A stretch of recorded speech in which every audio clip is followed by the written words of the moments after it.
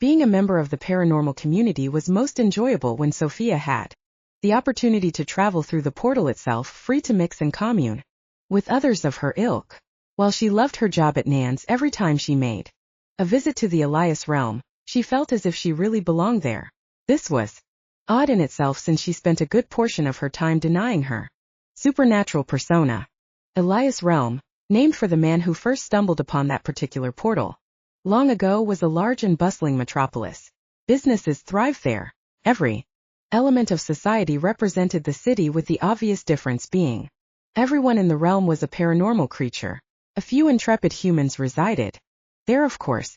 For whatever reason, they found living in a parallel world more exciting and fulfilling than their own.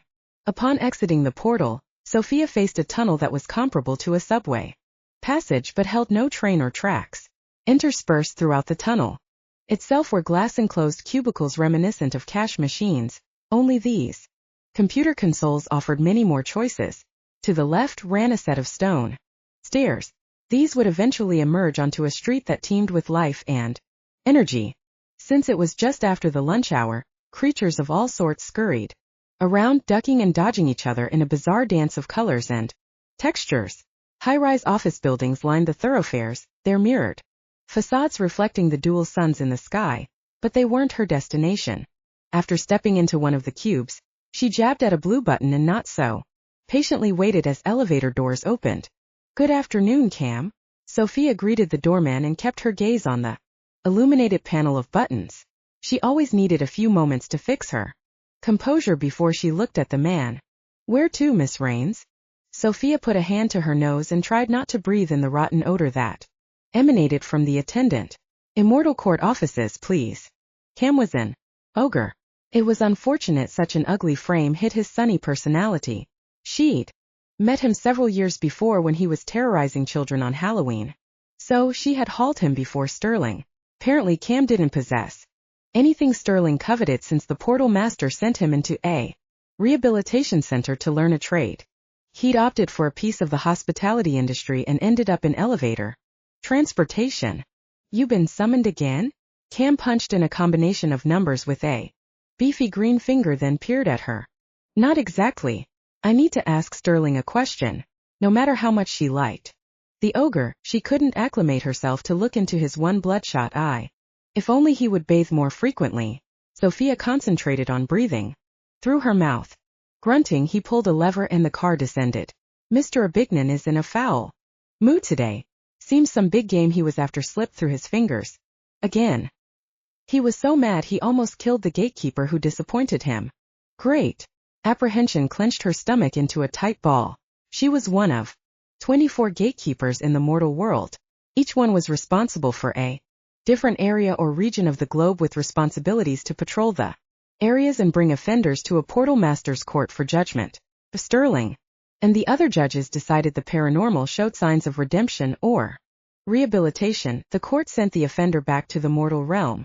If the paranormal was questionable, then they were sent to parallel universes such as Elias realm. There were 8 different worlds in total, but Sophia had only visited this one. "Keep your fingers crossed for me, Cam. I'd hate to enrage him further." "Will do, Miss Rains." He released the lever and the elevator car stopped. "I'll be waiting for you. Good luck." "Thanks." Sophia exited the elevator into a long dark hallway. Black walls, floor, and ceiling made of quartz added to the gloomy atmosphere. But it did have one prepossessing feature she always found pleasant and unexpected. When she relaxed her eyes and glanced at the walls, tiny galaxies came into view, complete with supernovas, shooting stars, and asteroids. Why would Sterling keep something so awe-inspiring, since he wasn't a "how cool is that" kind of guy? Another pitch of her stomach reminded her why she was there. She could never forget the portal master was essentially 2 steps away from becoming an underlord, and therefore deadly.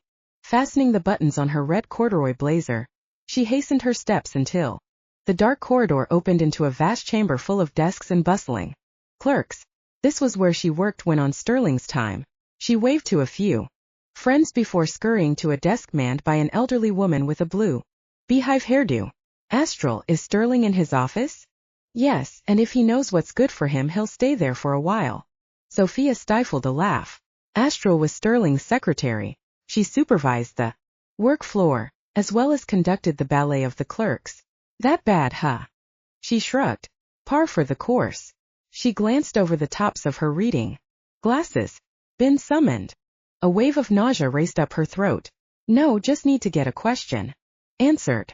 Good luck, honey. Not many of you people come into the office if you haven't been summoned or are on the schedule for work. Thanks. She took the stairs 2 at a time and stood at the frosted glass door bearing the portal master's name. Taking a deep breath, she rapped on the door, then entered Sterling's inner sanctum. Why are you here, Sophia?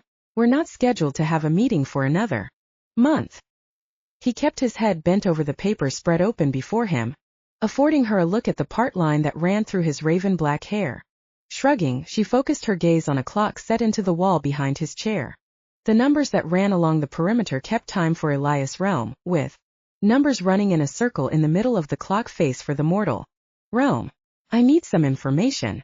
Sophia slipped into a black leather chair opposite his desk and clutched her hands in her lap to prevent them from shaking. Sterling Abignon was the epitome of evil, or at least the evil she'd encountered to this point. A dark angel, banished from the very throne of God. Sterling lucked into the job of portal master shortly after being disgraced. Never satisfied to be one of 4 demigods in Elias' realm, he spent considerable time campaigning for election to the post of an immortal.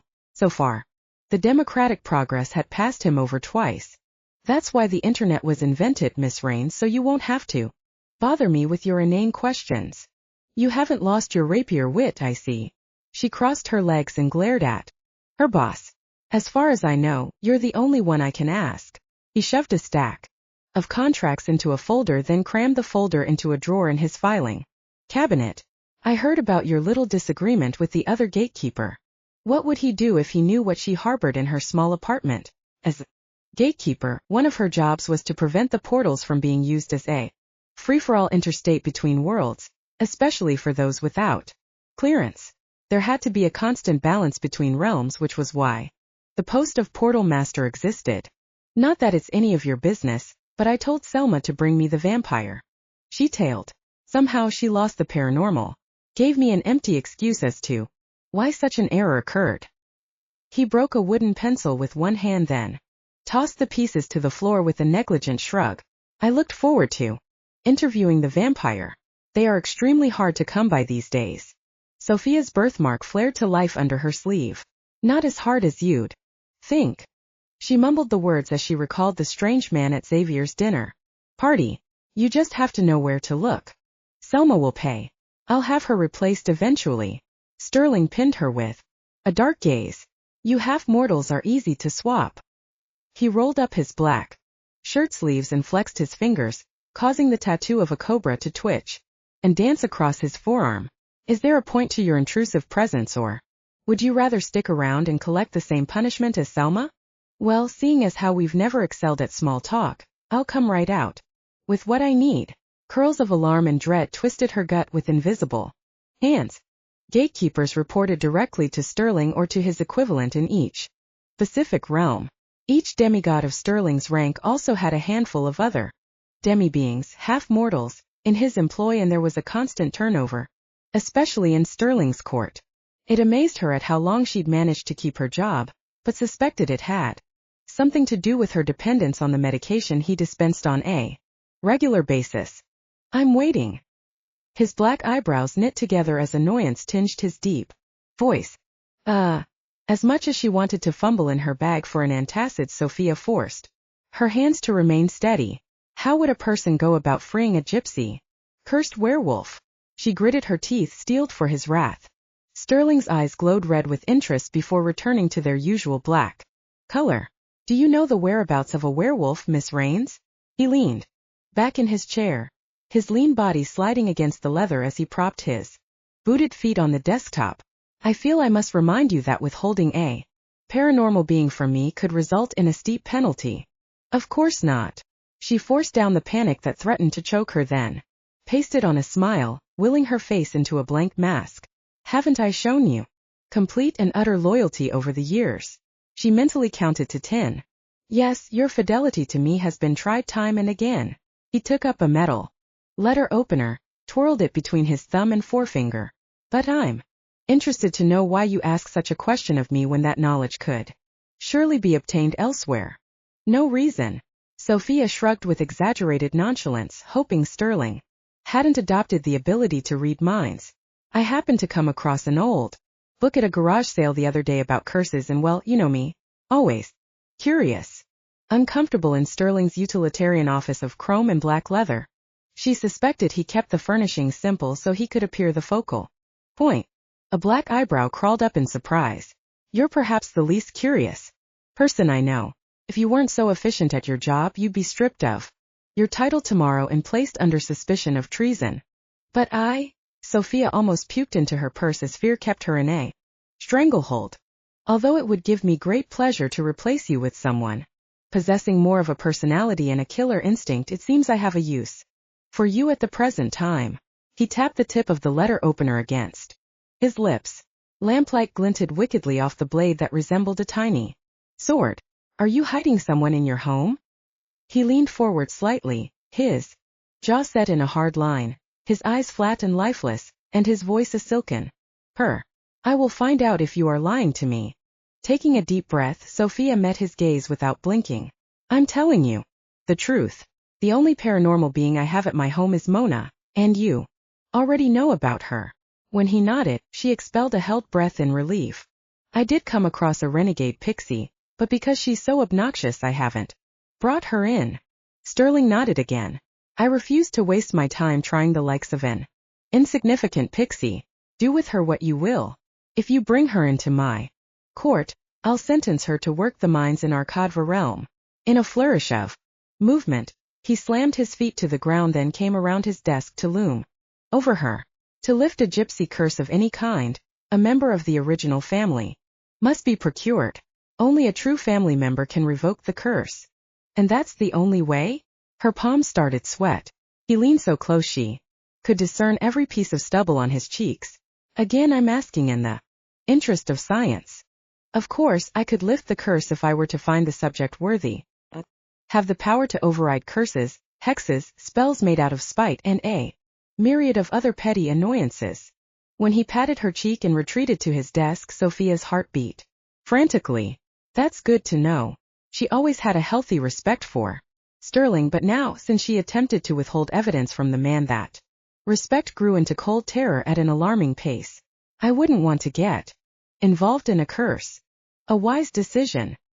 He twirled the letter opener in his hand again. If you betray me, I will be forced to withhold your medication. The smile that crept across his lips was far from pleasant. And then where would you be? No need to remind me. She glared, then scrambled to her feet. I wouldn't do anything to jeopardize my own humanity. Sophia barely gained the door when a flash of movement in the corner of her eye caught her attention. The silver letter opener, buried halfway to the hilt in the dark wood of the doorframe, quivered directly above her head. You're the most trustworthy person I have on staff, Sophia, so if you did betray me, I'd take it as a personal insult. I couldn't be responsible for my actions of retaliation.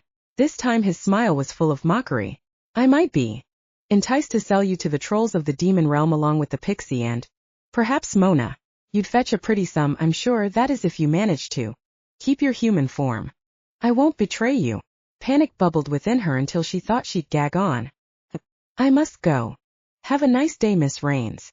Sophia made it as far as the galaxy corridor before one of the cloying memories of her past caught up to her. She'd met Sterling at her father's funeral. Her parent died during her early 20s from a heart attack brought on by the stress of being a gatekeeper. They'd no sooner lowered the casket into the ground before Sterling had approached, clad meticulously in a black suit, shirt and shoes, the epitome of dark fashion. Other family members drew her mother away, leaving Sophia alone with the black-hearted being. Who are you? Never before had she met any of her father's business acquaintances, probably because her dad wished to protect her as long as he could. Sterling a Bignan.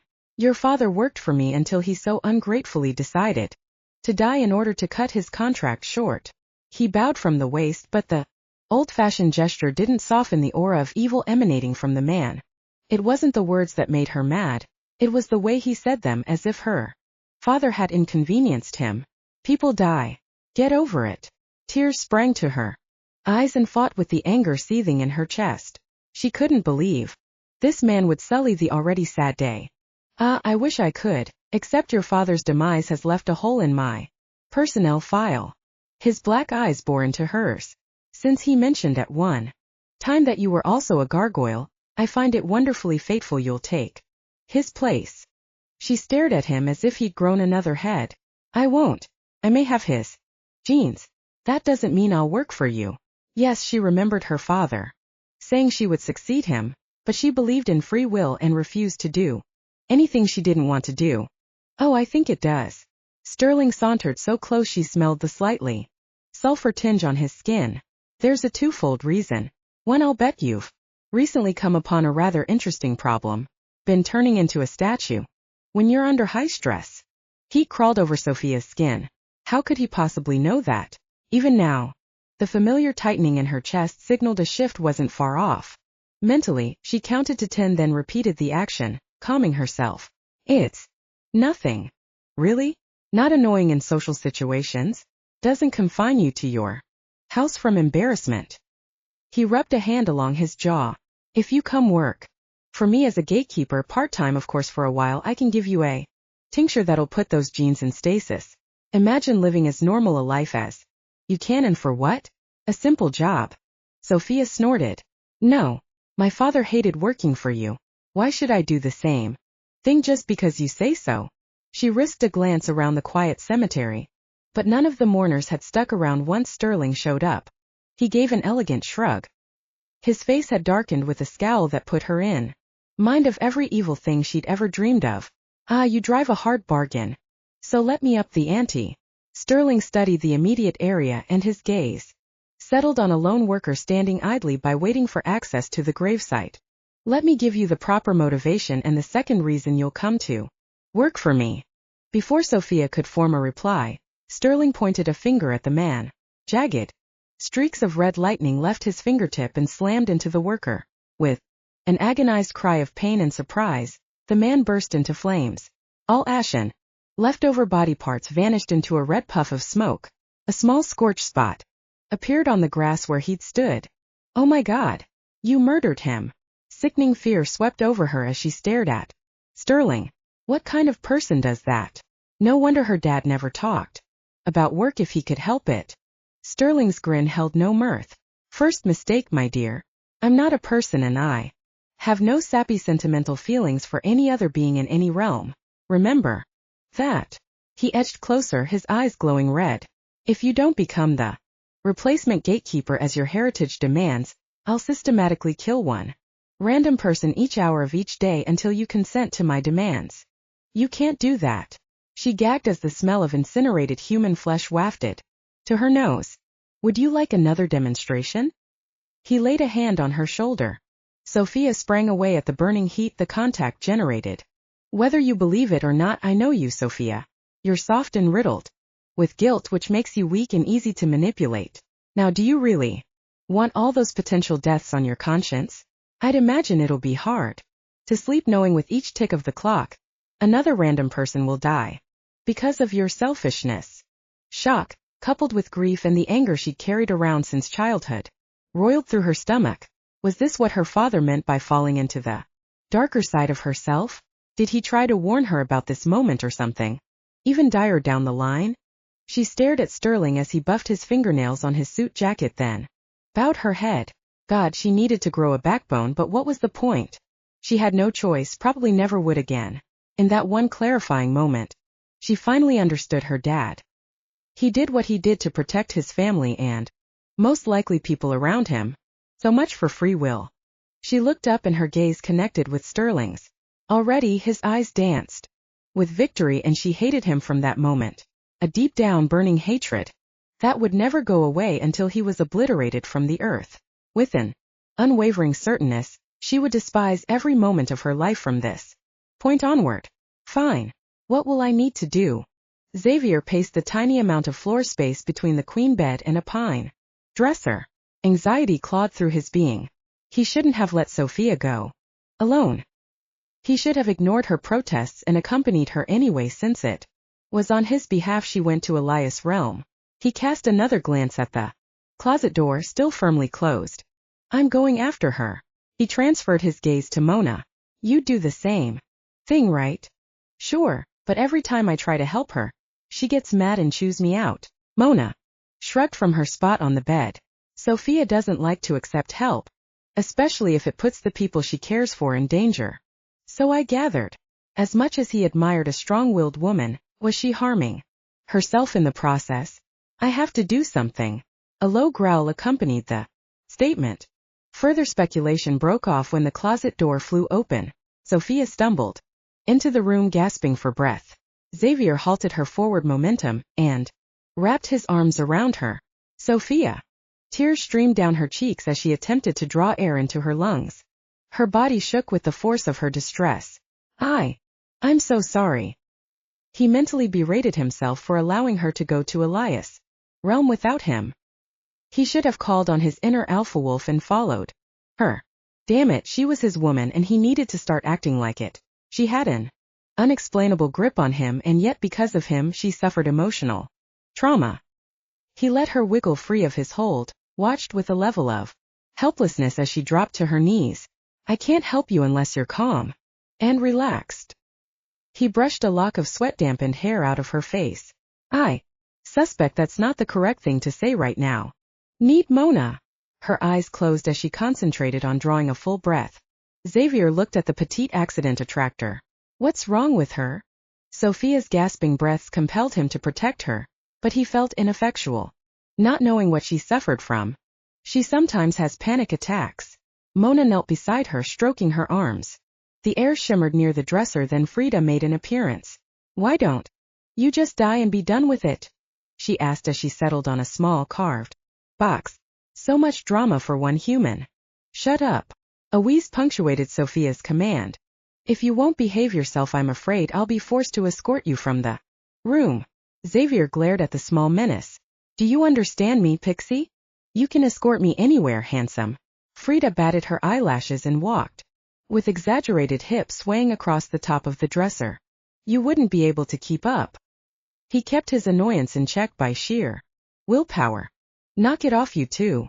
Sophia batted Mona's hands away from her forehead. I think I'll live, much to the disappointment of some of you.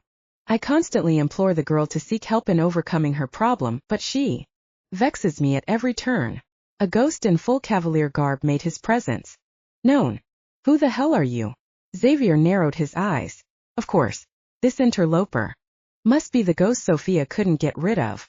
His blood pressure rose at the constant interruptions. You know what, it doesn't matter. Oh, but it most certainly does, my good man. Calvin bobbed closer. Sophia is my lady fair. I have spent countless hours trying to convince her to end her human existence of pain here, and follow me into the afterlife. Xavier stood. And how's that working for you? The ghost assumed an annoyed expression. She is proving very resistant.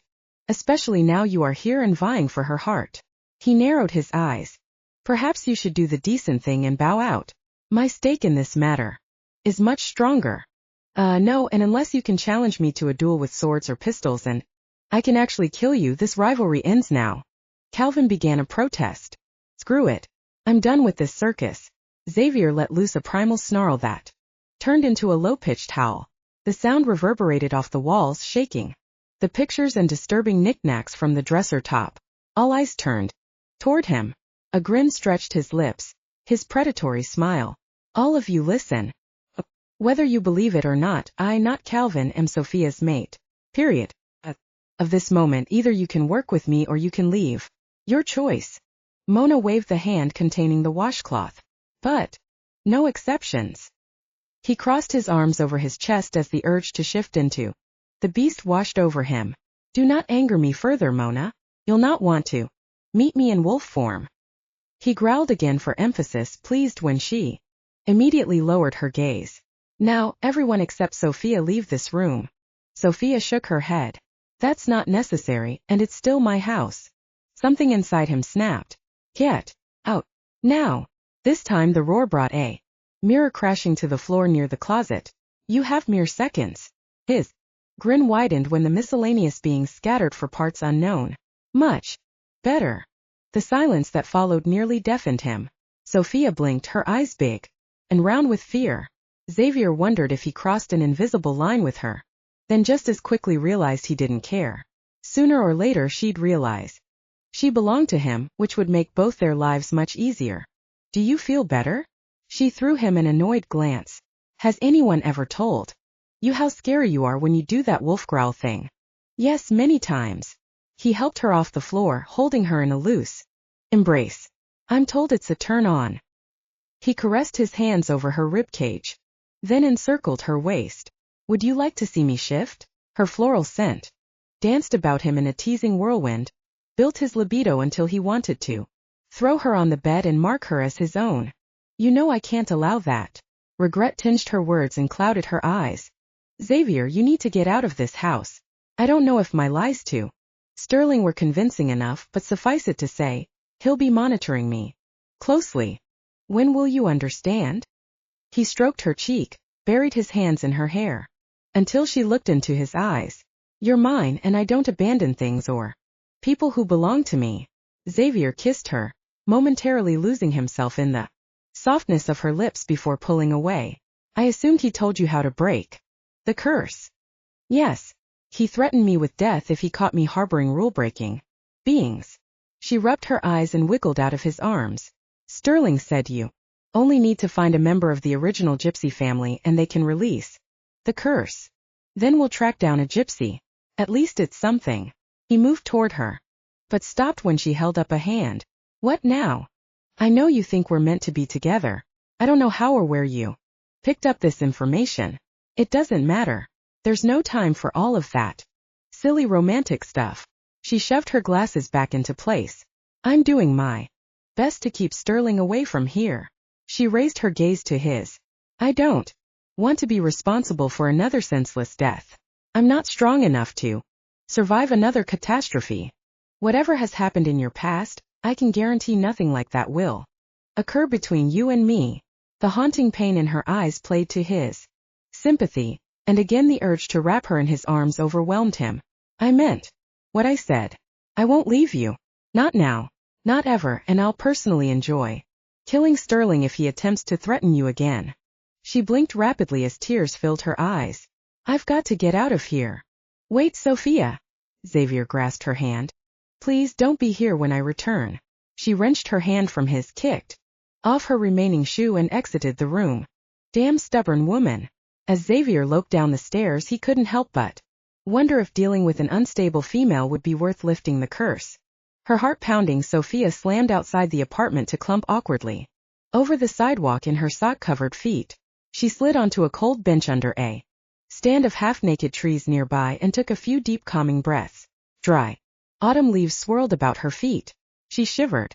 Life was rapidly spiraling out of control and she couldn't stop it. She turned her face to the weak October sun, but it didn't lift her lagging spirits. The situation was impossible. If she helped Xavier, she risked losing her own life. She turned him over to Sterling. She got to keep her job, but she'd feel forever guilty about it as well as ending his. How do I manage to get myself into these messes? Her skin prickled like an otherworldly divining rod. Sophia sighed and her shoulders slumped in defeat. Xavier, how long do you plan to hide behind that tree before making yourself known? Not long. He shoved off from the tree he'd been leaning against. You have a habit of letting your emotions flow freely over your face. I know what you're thinking with very little effort. I merely waited for the opportunity.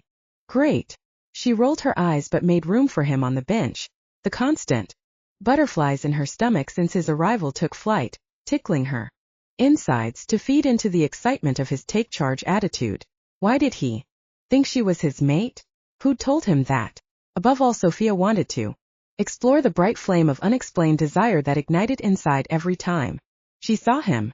She'd never had that sort of reaction to anyone. I take it you won't heed my warning. She shivered again and clasped her hands together to keep them warm and mask their shaking. No. I've taken your request under consideration but feel it's not the best course of action for us at this time. Us? You're going to stick to that mate story, huh? Silence reigned for a few minutes. When it became obvious he wouldn't speak again, she blew out an annoyed breath. Why? A pair of squirrels scampered through the fallen leaves chattering. One had the audacity to sniff Xavier's shoe before they both ran away as if the hounds of hell were after them. Sophia snickered. They must know he was a werewolf. Animal senses were much more in tune to the world than humans were. Had he ever eaten a squirrel? Well, why? It's difficult to explain. He stroked his goatee in a gesture she associated with agitation or frustration.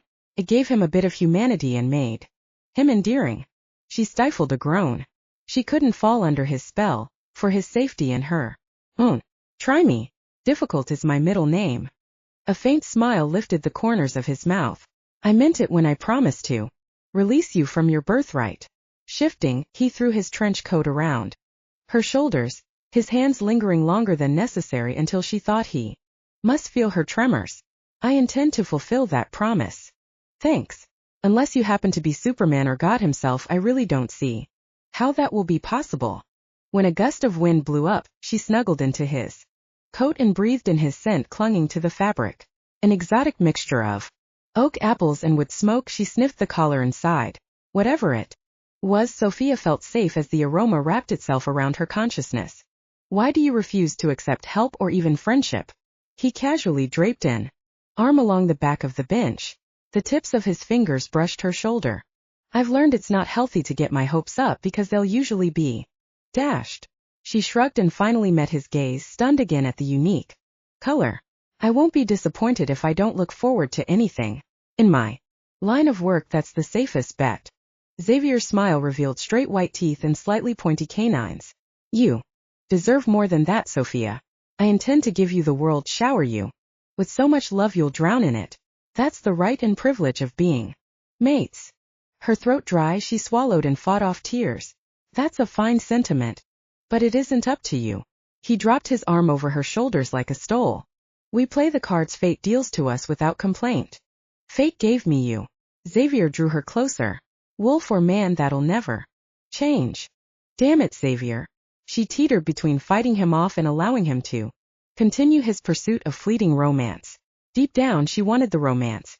Wanted the security and confidence that came from loving another person. She glanced into his face, taken aback by the admiration reflected there. His golden curls shone in the sun to resemble a halo. You have everything you need, so why not get started on your quest? Come with me. He caressed her cheek, then slid his hand under her hair. I promise to set you free. It's the least I can do in exchange for a lifetime with you. Tempting. Sophia almost agreed to his plan when chills prickled her skin from his touch, but Sterling's threat still echoed in her head. I can't refuse to be the catalyst in your death. She held up a hand to thwart the embrace she knew was coming. I let you kiss me twice before. That's enough. Have not given you permission. I know next to nothing about you, and I have no idea why you feel I'm your mate. Still, her insides fluttered from his attention. She felt herself leaning toward him on the bench. All the more reason for you to accompany me on my search for the gypsy, don't you think? We can spend quality time together. I can convince you we're meant to be together, and you can reward me by returning my regard. He cupped her face in his elegant hands and looked deep into her eyes. Sophia's heart spun out of control at the sincerity in the honey-colored gaze. As for the kiss, let's just say it was something that needed to be done. That doesn't make any sense. Her exclamation was more of a whisper, considering his face was mere inches from hers. Quite frankly, it'll take a lot of convincing on your part for me to go anywhere with you. I'm just not an adventurous sort of person. My life is quiet, structured, and well-ordered. Tough sell even to her ears. I like it that way. Keeps me safe. Keeps me sane. Xavier shrugged. It's time for a change. Sophia was ready for his kiss, but not the intensity of the contact. It was almost as if she'd plugged herself into an electrical outlet as her nerves sizzled and sparkled. When he slipped his arms about her waist to pull her close, she opened her mouth to protest or to urge him on, she couldn't say. Xavier took advantage of her surprise by stroking her tongue with his warmth, built throughout her body until the chilly October air ceased to be an issue. She pulled slightly away. It's a crazy idea and most likely means certain death for one or both of us. Then we'd better be sure each move is planned with no margin for error. He nibbled her lips before kissing a heated path down the column of her throat. I need more time. She shivered with pleasure as his lips captured hers with a light gossamer caress. It would be so easy to give in to the feelings he invoked, but she couldn't give up control, not yet. Caution had been her companion longer than love and wasn't easily forgotten. Over 80% of what people tell you as truth is oftentimes wrong. She nipped a line of kisses along his jaw, reveling in the feel of his goatee. When it tickled her lips. I'm a vegetarian and you eat meat, not to mention the occasional person. You'll have to trust me. He ran his fingers along her ribcage, then claimed her lips once more. Do you have any more excuses? Not at the moment. Sophia sighed, then sprang away from him when she nearly melted into his arms. Xavier laughed, a deep warm sound that brought comfort as well as excitement. I assume this means you'll come with me? He adjusted her glasses. Tiny fires ignited up and down her spine when he caressed her bottom lip with a thumb. Right. Damn werewolf. Nevertheless, she grinned and ignored her body's reaction to his nearness. There'd be plenty of time to condition herself to his advances. In the coming days. When do we leave? Chapter 6. When Sophia and Xavier returned, Mona met them at the door and announced she located a bona fide gypsy a few blocks over from the apartment. She'd even gone so far as to make an appointment for later in the afternoon. There's just one catch, she added as she swept the remnants of the last of the coffee mugs. She'd been attempting to concoct hot cocoa. The ensuing mess was the result of that experiment, and she hadn't even warmed the milk yet. Containing her annoyance by sheer willpower, Sophia drummed her fingers on the dining room table. And the catch would be? Since her talk with Xavier, part of her wanted to hurry and start the quest while the other part desired nothing more than to lock him in her bedroom and get to know him on a physical level. Once the idea of love entered her mind, she couldn't shake it. Madame Mirela might be under the impression you and Xavier are married. She ducked to deal with the dustpan, hiding her face from view. I kinda told her. You two were having disagreements. Why? What on earth would possess you to make up some cock and bull story? Why not tell the truth? Sophia bit the end from a baby carrot with a sharp snap and chewed. Why not tell her we simply need to speak with her? Oh, like you always tell the truth? Mona thumped her dustpan on the floor. For emphasis. Her gaze landed on Xavier, then just as quickly darted away. For a delicate flower she packs a lot of punch. He grinned as he emptied his soup bowl. I don't know which one of you is more annoying. Mona has always had spunk. She found it hilarious her roommate was terrified of the werewolf now since he had shown his true nature. Maybe if she encouraged him, he'd growl again and totally send Mona packing. Just the remembrance of the overt strength and display of virility made Sophia's heart pound and moisture accumulate between her thighs. That's why we get along. She's the fire and I'm ice. Xavier's rich laughter filled the room. I don't know how much of that statement is true. Sometimes ice can cause as much pain and awareness as fire. Sophia's cheeks burned under his knowing gaze. To cover her confusion, she refilled his bowl. I've never eaten a meal quite like this. He shoveled a spoonful into his mouth and chewed with obvious enjoyment.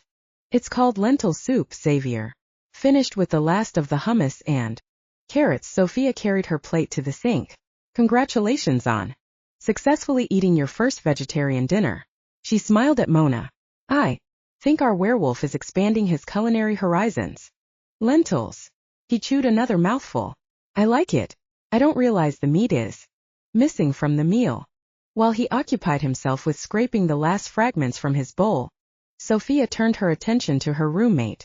Why did you tell this gypsy person Xavier and I were married? Madame Mirela said she didn't take cases unless they had a good story or were an emergency. Mona shrugged and began cleaning the soup pot. So I made up a story and figured you guys could tell her what the emergency was. She stopped, scrubbing long enough to scratch her freckled nose. Do you want to break Xavier's curse or not?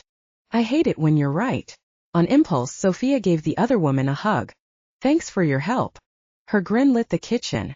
Hey, just don't forget me when you're free and happy and having babies. Sophia snorted. That's about as likely to happen as me being able to breathe underwater. And Sophia? I'm gonna keep to my room while Xavier is here.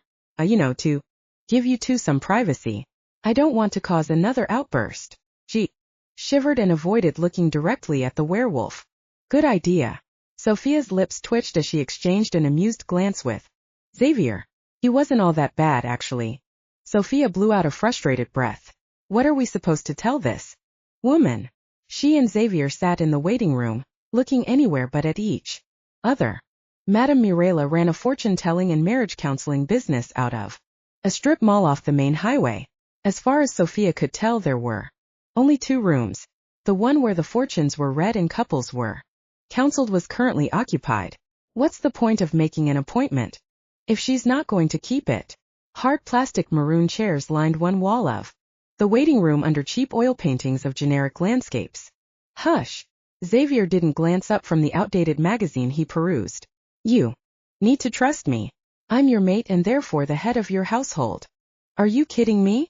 When he shot her a steely look, Sophia dug into the depths of her bag and pulled out the book he gave her. Flipping to the first chapter, she nearly choked on her mint. Listen to this: lycanthropy during the European Middle Ages was believed to occur within the bounds of witchcraft or magic. Modern theory stated the fungus ergot contaminated the rye bread favored by the poor, causing hallucinations and delusions about werewolves. Can people really be stupid enough to believe this? Xavier's lips drew back to bare his white teeth. While lycanthropy may provide you with a source of amusement, I can assure you it's only too real for me. Throwing the magazine down, he stood and paced around the small confines of the waiting area, the raw power he wielded barely controlled and very much resembling a wolf. Perhaps I've misjudged your character. I'm sorry. Sophia swallowed in an effort to bury the guilt crawling through her stomach. She crammed the book into her bag, then raked her fingers through her hair. I'm nervous. When I get nervous, I tend to make stupid and sarcastic comments. In the short time she'd known him, he'd never been anything but polite and gallant, except for their initial kiss when he'd nearly attacked her on the street. She frowned. Really, that wasn't polite, but it had served to make her very aware of him as a man. Now, common sense forced her to revise her original assessment and made her recognize his animal side. Blinders fell from her eyes to reveal the primal animal in his stealthy movements. The muscles in his legs, arms, and jaw were tensed and ready for action, while his eyes were alert and probing. He was powerful, he was threatening, and he was very, very dangerous. She jumped when he loomed over her, forcing her to crane her neck to look at him. Sophia, never forget what I am behind this false facade. If I were to transform before you, I couldn't guarantee your safety. He growled, and the sound vibrated in her chest, made the hair on her arm stand to attention. Don't mock me again. He drew a deep breath, bringing his emotions under control. I'm sick to death of powerful males like you who swagger about and threaten me. Anger rose in her chest, almost choking her. She glanced at the connecting door to Madame's inner sanctum. It was firmly closed. Launching out of her chair, she rounded on the agitated man. His flashing eyes didn't deter her. Let's get something straight. I'm here for your benefit. Sophia jabbed him in the chest with a finger, staring him down. She resisted the urge to tumble into those golden eyes that had softened slightly. If you ever try to intimidate me again, I'll turn you over to Sterling so fast you won't have time to think. She dug her finger into his rock-hard shoulder for emphasis. Do we understand each other? More than you know. The air between them shimmered and crackled with magical energy. I've killed many people, and I'm feared in more worlds than this one. And I've led innocent people to the slaughter. His next growl resonated within her stomach, alternately bringing out fear and excitement. Sophia's mind screamed a warning, but she ignored it. From deep inside, something bubbled and grew, began to change her. Confidence asserted itself where she thought there was none. You're preaching to the wrong woman if you're looking for pity. He blinked, then stalked to the opposite side of the room to lean a shoulder against the wall, his legs crossed at the ankles. If we weren't already destined to be soulmates, I'd leave you to Sterling's wrath. If you'll remember, I did tell you numerous times I didn't want to come. Sophia hoped her voice projected calm, because inside a mass of anger, sadness, and regret seethed and churned. Her chest heaved and she fisted her hands. She'd never wanted a man more than she did Xavier right now. He made her feel many emotions, but desire dominated all others. She lowered her gaze under the force of his rage, not understanding why she did so. Even in the face of Sterling's displeasure, she'd never backed down. What compelled her to be subservient now? The door to Madame's inner sanctum opened, and the gypsy herself stood in the doorway. Sounds like you two got here in the nick of time. Her eyes glittered with anticipation as she showed another couple from the office. Once they were out of earshot, Madame Mirela turned to Sophia and said, "Let's save a marriage today, shall we? The sooner we get started, the better." She followed the gypsy into the office, ignoring Xavier, and going to extraordinary lengths to maintain some distance between them. She dropped her bag on the floor, then claimed the chair nearest the door. "Ah, I can see how anxious you are to put things to rights." Sophia bit down hard on her bottom lip to derail a derisive retort. "I couldn't help but overhear the angry tone in your voices as you waited." Madame perched herself on the corner of her modest gray resin desk. "You must remember, anger doesn't solve anything. It only creates more anger." From the top of her frizzy blonde head to the soles of her red slipper-covered feet, Madame Mirela appeared to be every inch the consummate professional gypsy, clad in a gauzy orange peasant blouse with sequins and a vibrant yellow broomstick skirt. Her demeanor screamed carnival attraction. She'd even gone as far as trying to tame her hair with a neon blue scarf, but in spite of the cheesy clothing, she emanated a sense of calm and quiet power. She was the real deal. Sophia cleared her throat. "I think you misunderstood." Coral-hued lips parted in a smile to reveal lipstick-smeared teeth. "Oh, I don't think I have." She unfolded her tall frame from the desk and drifted between the chairs. "You feel guilty because things have gotten to this state." Mirela focused her attention on Xavier, simpering when he smiled. "We'll start with an exercise designed to clear the air and cleanse the spirit." Picking up a clipboard and pen from her desktop, she smiled again. Healing cannot start while anger is present. The knot in Sophia's stomach expanded. She shot a glance at her alleged spouse, immediately wary at the mischievous twinkle in his eye. The fact he appeared to be enjoying the farce didn't bode well. Crap. When the gypsy snapped her fingers, Sophia refocused her wandering attention. "I'll start with Xavier. What I want each of you to do is this: pick one thing about your mate that angers you and explain why." She nodded encouragement to him and waited, tapping the pen cap against her chin. Xavier turned his chair slightly toward Sophia, then cleared his throat. "I find your lack of assertiveness to be extremely off-putting. You need to stand up for yourself more." "Excellent. Now, Sophia, you do the same for Xavier." "I can't." Mirela's brilliant green eyes never left her face. Sophia groaned. "Well, Xavier," she stumbled, hating the slight nod from the gypsy. "It really ticks me off you don't value my opinion or what I say. Feel like you're humoring me, so I'll go along with your plans." "Very nice, Sophia." She scribbled on the clipboard, then pointed to Xavier with her pen. "Now again, it's important to continue the cleansing process. Your lack of fashion sense is annoying. How hard is it to wear an outfit that complements your shape? I'd like to see your curves." In his zeal, Xavier turned to face Sophia, a wicked on his lips. "Is that so?" She glared and fought off a blush. "Why do you assume we're mated without even asking me what I want from a man? I cannot fathom why you won't stand up to your employer. I think your dependence on meat is deplorable. Why can't you believe in yourself? Why do you always think you need to be right? I wish you'd be more sympathetic regarding my affliction." Sophia shot to her feet and planted her hands on her hips. "I wish you'd stop ordering me around. I don't belong to you no matter what you might think, and if that's true, why the hell are you spending so much time with Hannah?" Her breath came in short gasps. Tears gathered behind her eyelids. Just the fact she was close to crying made her anger boil over. The afternoon charade was rapidly evolving into something beyond the original deception, but the raw pain that clogged her throat was very real. "You don't understand me. I can't be with someone who won't respect me." The stress from the last few hours finally caught up with her. She chewed a fingernail. Why did she care so much about their fictional relationship? "And you don't understand me." He handed Sophia a snowy white handkerchief. Her fingers tingled when they brushed against his as she accepted it. "It seems we're at an impasse. But you have made great progress." Mirela beamed. Let's sum up what we've learned. She settled behind the desk and consulted her notes. Xavier, you need to work on your listening skills when Sophia has something to say. You need to accept the fact you won't always be right. Marriage is a compromise. Give and take. Some friction is good to keep interest in the relationship.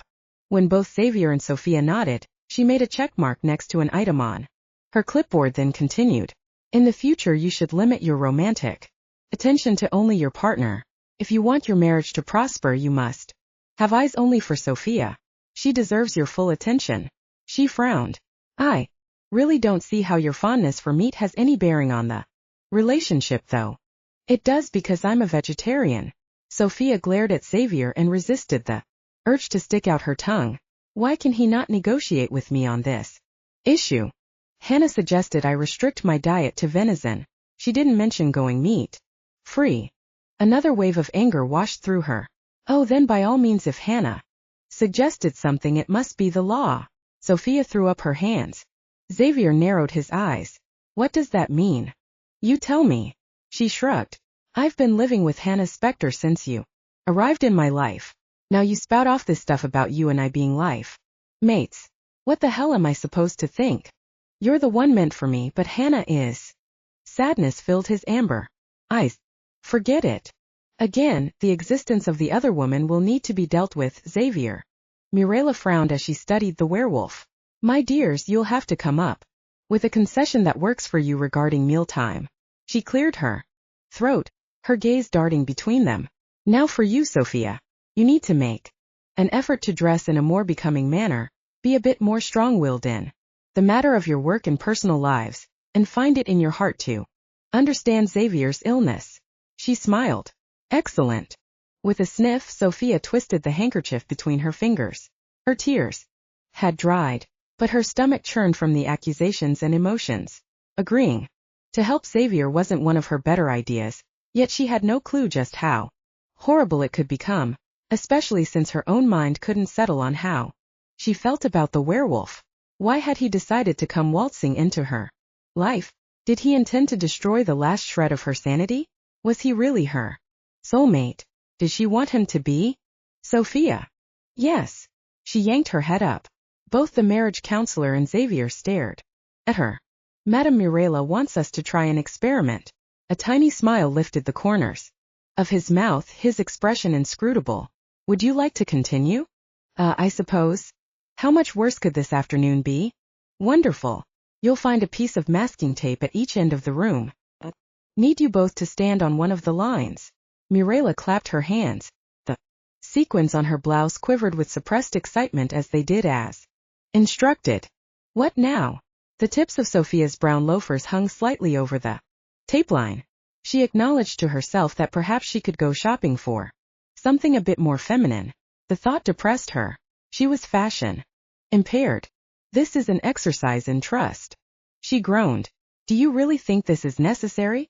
Come on, Sophia, it will only take a few more minutes. Xavier cajoled, his hands deep in the pockets of his trousers. You want to save our marriage, don't you? He waggled his eyebrows. That little gesture nearly made her cry all over again, but for different reasons. I want you to think of what you admire most about your partner and say it aloud. Mirela's expectant grin practically lit the room. Once you say your word, step to the next piece of tape. Can I go home now? Sophia avoided Xavier's intense gaze and the way her stomach fluttered from his attention. Not until we fix this marriage. The werewolf's grin was very predatory. You're mine, Sophia, and I refuse to lose you to misunderstandings. Damn. Sterling's wrath was much more welcome than dealing with feelings and emotions for a man she may or may not be attracted to. Let's get this over with. Never again would she make fun of guests on the Dr. Phil show. Sharing was painful. She suspected no matter how far she ran or how fast she went, she'd always come back to the werewolf and his shining golden eyes. Crap. Chapter 7. Mirela cleared her throat. Please continue. What I admire most about my partner. Xavier grinned. To see Sophia so discomfited by the whole process amused him. The simple fact she was uncomfortable revealing her emotions made him wonder what exactly she'd been through by working for the portal master. His respect for her rose. I admire your tenacious pursuit of the truth, since he insinuated himself into her household. She'd been vocal about his need to stay out of Sterling's clutches. If she were as evil as she claimed, she'd never want to shield him. She'd be a strong mate. He was a lucky man. He stepped to the next piece of tape. When he winked, a reluctant smile tugged at Sophia's lips. I admire your ability to remain calm in the face of adversity. Well, mostly. That whole thing earlier was scary, and I? A stain of red filled her cheeks and she moved to the next line without finishing her thought. 8 feet of floor now separated them. Are we finished? Hardly. I'm good at my job, but I'm not a miracle worker. Mirela snorted. Now tell your partner why you respect them. As Xavier looked at her, warmth spread through his gut, stirred his groin. By the gods, she was tempting with vulnerability clouding her blue eyes. I respect the fact you feel compelled to protect those who come into your inner circle. He stroked his goatee, still uncomfortable with the fact she tried to shield him. He was the one who should protect her, not the other way around. He was her mate, and he'd make their decisions. He stepped to the next line of tape. How could he convince her of that fact? You've tried to protect me since I set foot on your doorstep. I can't help it. Shrugging, she scuffed the toe of her shoe against the carpet. I don't want you to get hurt, and well, you've met Mona. If I don't stick up for her, she's liable to do herself serious bodily injury. Sophia twisted the handkerchief. I respect the deep love you have for your friends, even if your love or whatever it is for Hannah is a tad weird and beyond what I would consider normal. She moved forward to her tape strip. I mean, she's married and pregnant, for Pete's sake. What's that supposed to mean? Hannah is a close friend, nothing more. Well, you certainly don't act like any friends I've ever seen. He frowned. Did you think we'd been intimate? I may have wanted to be more than friends at one time, but that urge died an early death long ago. Had he unintentionally misled her to think otherwise? His chest tightened. Did Sophia's excess of emotion stem from a budding attraction to him? The thought sent tremors of desire down his spine. Had she finally accepted his need to court her of their destiny together? We never slept together. He met her gaze. There's only one woman I want to warm my bed. Is that true? Sophia's blush deepened. She came across as extremely possessive to me. It's a long story. Xavier's expelled breath became a laugh. I promise to tell you one day when we're not so busy working on our relationship. He cocked an eyebrow as new hope welled within. Make sure you do. You're mine, Sophia, never forget it. We'll see how things go. Her beautiful lips twitched with what he hoped was a grin. New beginnings are always so delightful. Mirela cleared her throat. That insight is all well and good, but we must follow the program. She consulted her clipboard. Next, I want you to identify the physical attribute which attracted you most to your partner. That's an easy one, Mirela. Feeling as if he'd just come through a test by fire unsinged, he glanced at the counselor. It would have to be Sophia's smile. She seldom shows it, and it's a fleeting phenomenon, but when she does, it lights up her whole face. Like a schoolboy, he jumped to the next mark. If you're lucky enough to be the reason for the smile, then you know you've truly done an amazing thing. Well, it certainly seems as if Xavier has let go of his anger. Mirela scribbled on her clipboard. What about you, Sophia? He's paid you a high compliment. Can you match it? She glanced at Mirela. I'm thinking. The blush staining her cheeks intensified. I like his curls. She clutched the handkerchief as if it alone would keep her in the room. In fact, I really like those curls. She stepped forward, a stunned expression on her face. Only a mere 2 feet separated them now. One mark remained on the carpet. Never had Xavier wanted a woman more. She was perfect, as if the immortals themselves constructed her especially for him. Maybe they did. Threads of uncertainty snaked through him when he thought of a possible future. Would her tentative attraction for him go the distance if he was compelled to shift into a wolf for the rest of his days? If so, could he subject her to that fate of never knowing if she'd be safe? Would he be tempted to harm her as a wolf even though she was his mate? The back of his neck heated. During the dark moments of the fight with the demon lord 3 months ago, he and his best friend Edwin nearly subjected Hannah to the same fate. However, unlike Hannah, Sophia owned his soul. his very being, and he'd gladly die to defend her. Xavier emitted an impatient growl. Why was dealing with women so difficult? The gypsy interrupted his black musings. This is your final question. If your partner were to suddenly lose all of their character traits except one, which one would you like for them to retain? Mirela gnawed at her bottom lip with the unfortunate result of smearing the lipstick even more. Sophia held his gaze, daring him to look away. Then she smiled and his inside shuddered with need. Honesty. The word rang out strong and clear as they said it at the same time. We cannot both stand on this line, Xavier mentioned casually as he attempted to hide the emotions that roiled inside. No, we can't. What should we do? The gypsy's laugh trilled around them. Isn't it obvious? The last line is symbolic of the mended relationship, Mirela explained. You've both come through the exercises with flying colors. All that's left is to seal your new commitment with a kiss. Excellent idea. He reached for Sophia, but she pulled away just beyond his hand. Our relationship can be saved after all. Xavier stifled the chuckle that bubbled in his throat at her expression of sudden panic. Are you serious? Her brow furrowed when he nodded. With a sigh, Sophia stood on tiptoe and planted a small peck on his cheek. There you go. Signed, sealed, and delivered. She clapped him on the shoulder. Well done.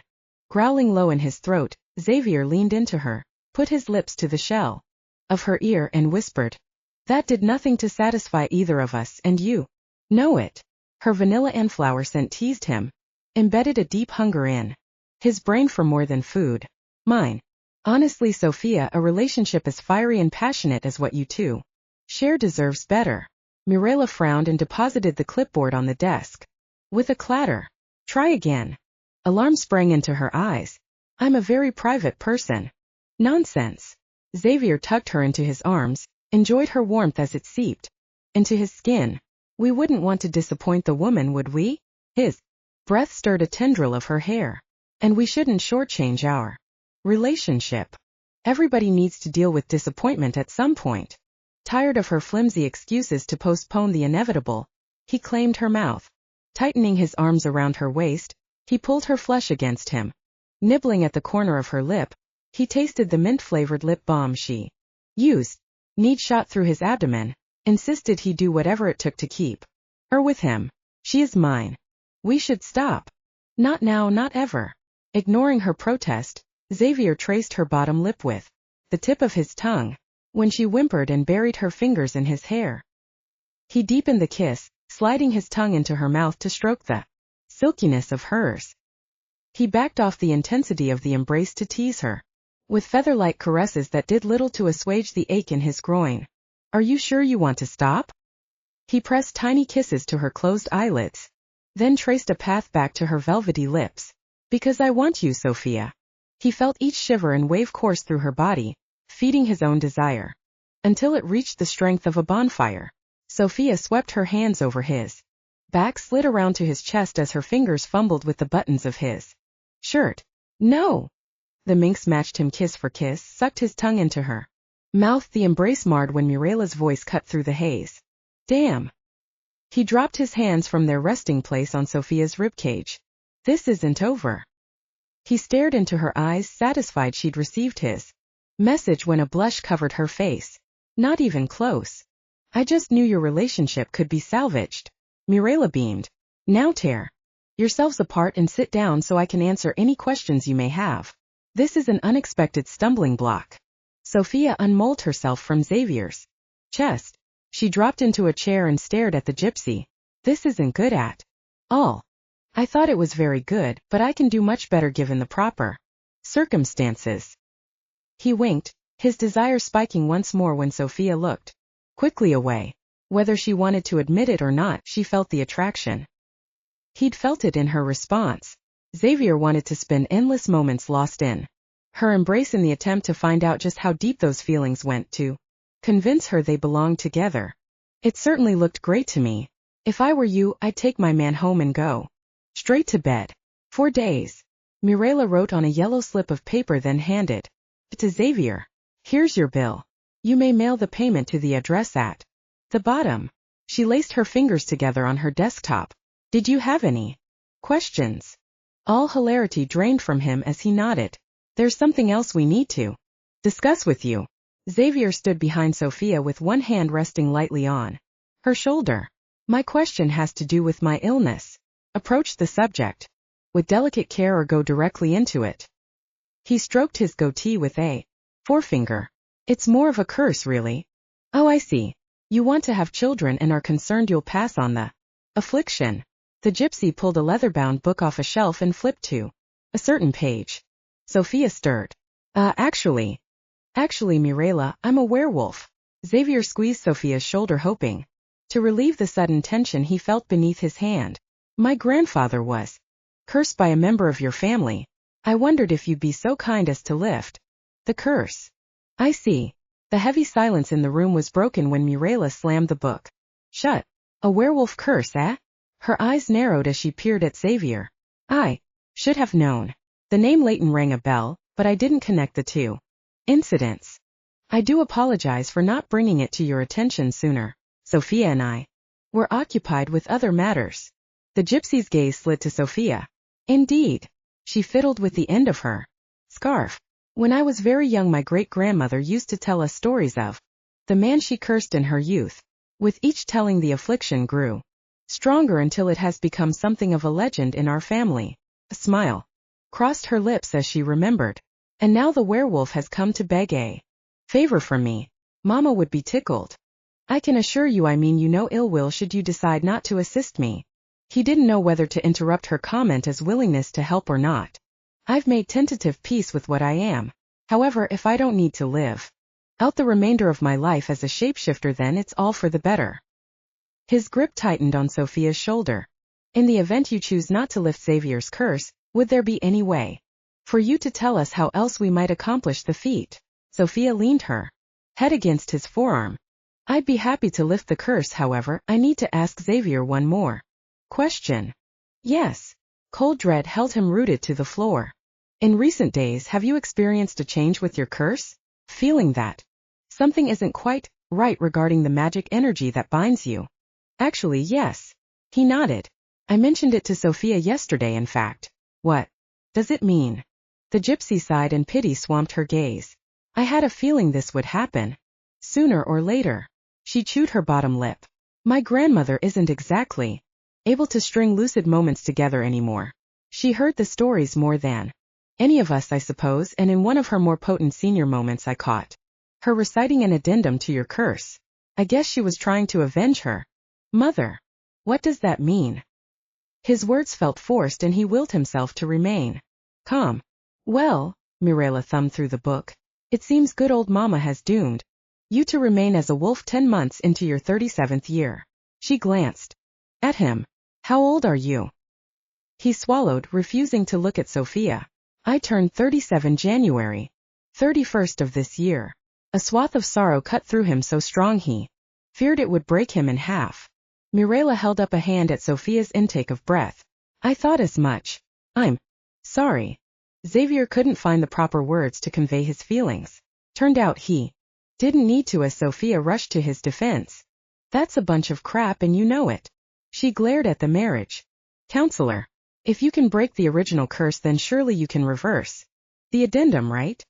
Not wanting to destroy his manly facade, Xavier swallowed his gratefulness of her defense and waited for Mirela's explanation.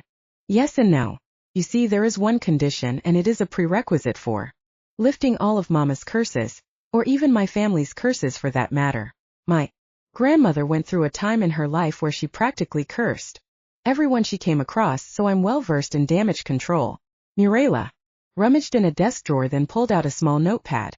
I can concoct a potion of sorts which will require these 3 special ingredients: the scale of a mermaid's tail, the tooth of a dragon, and 3 ounces of magic dust. The recipe does not specify a type, and it really doesn't matter. Without each component, the potion will be useless. She handed the list to Xavier. I must warn you, the potion must be made and ingested by the stroke of midnight on Halloween, since that is the last day until Mama's curse becomes active. I understand. Xavier pocketed the paper. If I fail, can I apply to the Immortal Court for a reversal? Or rather, Sophia could if I become a full-time wolf. Wouldn't that be a kick in the teeth after all this? He finally found his soulmate, but could possibly be stuck in wolf form, still unable to have her. You could in an ordinary year. Mirela cocked an eyebrow. You see, this year is the exception. What do you mean? Sophia shifted on her chair, and only the steady pressure of Xavier's hand kept her there. It's not even the turn of the century. Right, but it would seem the court is trying something new. At the Samhain festival this year, the immortals are gathering pledges. They wish to overhaul or even revamp the courts and want to garner support. For the first time in history, they will be opening up posts to beings of mortal blood. Mirela's eyes danced with excitement. Can you believe it? My daughter Eden is going to apply. Sophia shrugged. What does that have to do with Xavier's plight? On All Hallows Eve, or Samhain if you prefer, the bridges and barriers between the mortal and the other 7 realms disintegrate. The more mischievous paranormal creatures generally cause havoc in the mortal realm.